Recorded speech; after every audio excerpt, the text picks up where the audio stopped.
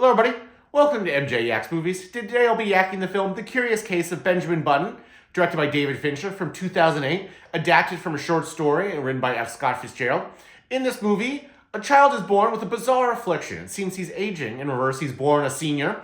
His mother sadly passes away in childbirth, so his father goes to dispose of him in the waters of New Orleans.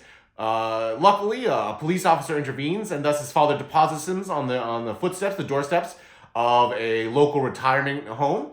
The head of household, takes Benjamin in and becomes his surrogate mother of sorts.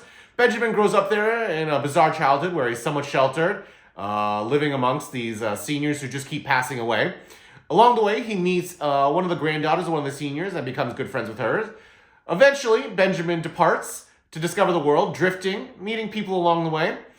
Finally, he rediscovers the girl he met growing up, falls in love with her, forms a relationship of sorts, and then he decides that them having to deal with him reverting back to a child as he becomes a senior would be too much, so he leaves once more to travel the world.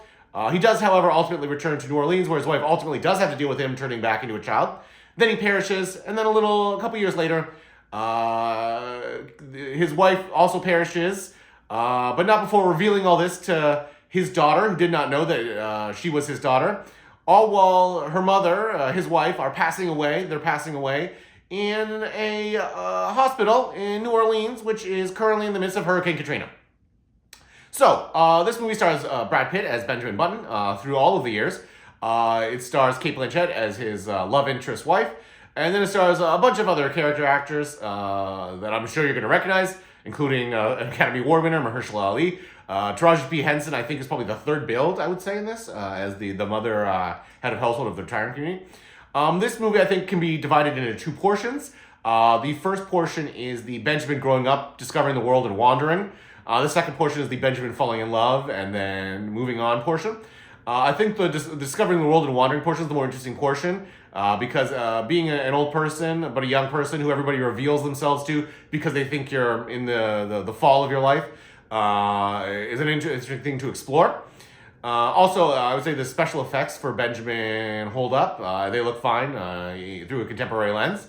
The second portion of the movie is still good. The love story portion is still good, although I don't think it ties in as smoothly to the first half as one would like. I spent the last half hour of this movie crying, so it's certainly emotionally affecting. I would say overall, insofar as the score, although well done, I don't think is memorable. The cinematography, per a David Fincher film, is $1 million per shot. It looks fantastic, but that's all of his films. I would say one other thing, before I forget. Two other things. One, the decision to have Cate Blanchett's child version have the bizarre dyed red hair color stands out as a weird thing in this movie. I don't know if it's just me, but I couldn't help but see it when I saw it.